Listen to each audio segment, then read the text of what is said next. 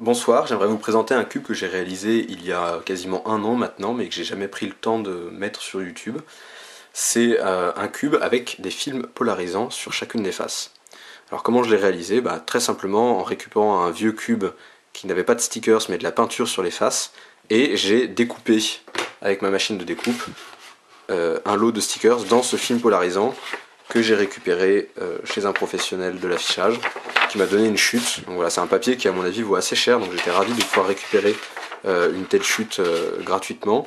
Et j'ai pas mal de projets avec ce film polarisant parce que comme vous allez le voir, il a des effets assez impressionnants. Donc déjà, ce qu'on peut remarquer, c'est que les faces sont très très brillantes. Le reflet est vraiment un reflet miroir, on peut me voir dans la caméra ici, dans les faces. Mais il a une autre propriété, c'est qu'en fait il va transformer la couleur selon l'inclinaison avec laquelle, selon l'incidence de la lumière sur la face. Donc par exemple quand je regarde cette face ici, je vois qu'elle est verte, mais si je la regarde un petit peu inclinée, je vois qu'elle est bleue.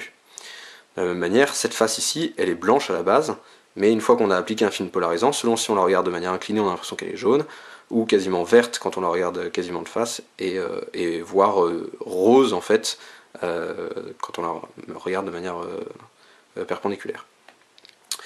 En quoi ça change la résolution? Tout simplement parce que les couleurs sont beaucoup plus difficiles à identifier, à la fois à cause des reflets qui viennent perturber, ici on voit le reflet quasiment vert quand on regarde avec beaucoup de lumière, mais à la fois aussi parce que la teinte même change. Ici je peux voir que j'ai une inclinaison variable sur toute cette face, et ici la teinte a l'air d'être complètement différente de la teinte sur cette face là. Je vais regarder un petit peu, voilà, d'encore plus près, on voit vraiment la différence.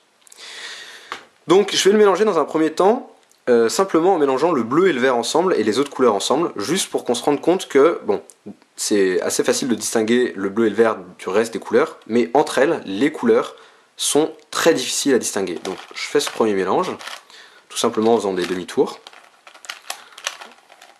ou des quarts de tour dans le plan équatorial. Hop.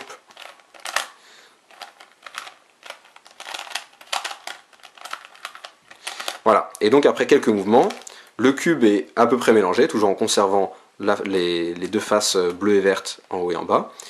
Et je peux voir que, vu de face, par exemple comme ceci, c'est quand même très difficile de distinguer les différentes couleurs. Pourtant il y a bien du blanc, de l'orange, du rouge et du jaune sur cette face. Et on peut le voir ici.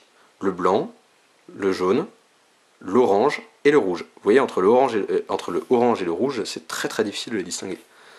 Ici aussi. Et pareil, sur le bleu et le vert, la distinction est encore plus difficile. Il faut trouver le bon angle, voilà. Bleu, bleu, bleu, bleu, vert, vert, vert, vert, vert. Donc, on se rend bien compte que ça va être assez difficile de distinguer le bleu du vert et les autres couleurs, les couleurs chaudes entre elles. Mais là, les couleurs sont placées côte à côte, donc on arrive encore, en trouvant le bon angle, à les distinguer. Mais si je mélange totalement le cube, alors à ce moment-là, on peut se retrouver avec des faces où il n'y a que du vert ou que du bleu. Par exemple, est-ce le cas ici? Non, ici il y a du vert et du bleu. Voilà. Par exemple, dans ce cas-là, je n'ai que du vert. Mais je sais que c'est du vert parce que juste à l'instant j'avais du bleu ici. Donc je me souviens que c'était du vert. Mais si je suis en train de résoudre mon cube et que je cherche une pièce bleue, et ben, en regardant ça, je serais incapable de savoir si en fait j'ai des pièces vertes ou des pièces bleues. Évidemment, plus on avance dans le cube et plus on va pouvoir par élimination savoir si c'est du vert ou du bleu. Mais la manipulation est très difficile. Maintenant, à partir de ce mélange, je vais essayer de résoudre le cube. Bon, je vais accélérer un petit peu parce que ça va me prendre beaucoup plus de temps. En temps normal, je mets à peu près 1 minute à résoudre le cube. Là, je pense que ça va me prendre bien 5 minutes. Mais juste pour se rendre compte que c'est vraiment un challenge de résoudre ce cube, je vais le faire. Allez, c'est parti. Voilà. Première erreur, je croyais avoir placé cette arête correctement, parce que ici j'ai bien du vert, et là en fait, j'ai pas du blanc, ici c'est du jaune. Bon, il va falloir que je trouve la bonne arête. Deuxième erreur dans la foulée, je crois avoir placé la bonne arête, en fait c'est pas du vert, c'est du bleu.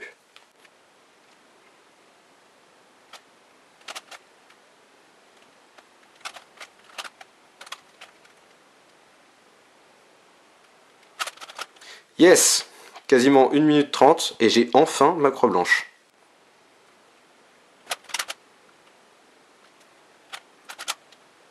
Bon, inutile de dire que je cherche même pas à faire des F de L, hein. Là je me contente déjà de faire ma face blanche. ce qui sera déjà un succès. J'ai réussi à placer un coin, yes. 2 coins.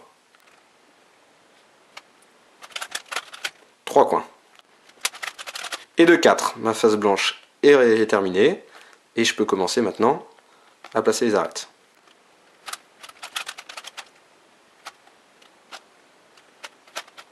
En fait, régulièrement, je suis obligé de vérifier que l'arête va aller au bon endroit en la plaçant d'abord, puis en vérifiant en inclinant les faces que c'est bien la bonne couleur, avant d'ensuite la monter avec un petit algorithme rapide. Voilà, et là je suis sûr que je vais avoir placé la bonne arête.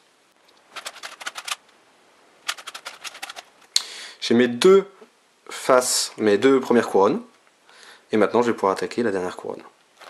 Alors ne me jugez pas sur mes algorithmes, je ne suis pas un speedcuber du tout, donc j'ai vraiment une méthode débutant. Ça n'a pas manqué, je me suis trompé. Ici j'ai mis le orange en face du rouge, et ici le rouge en face du orange.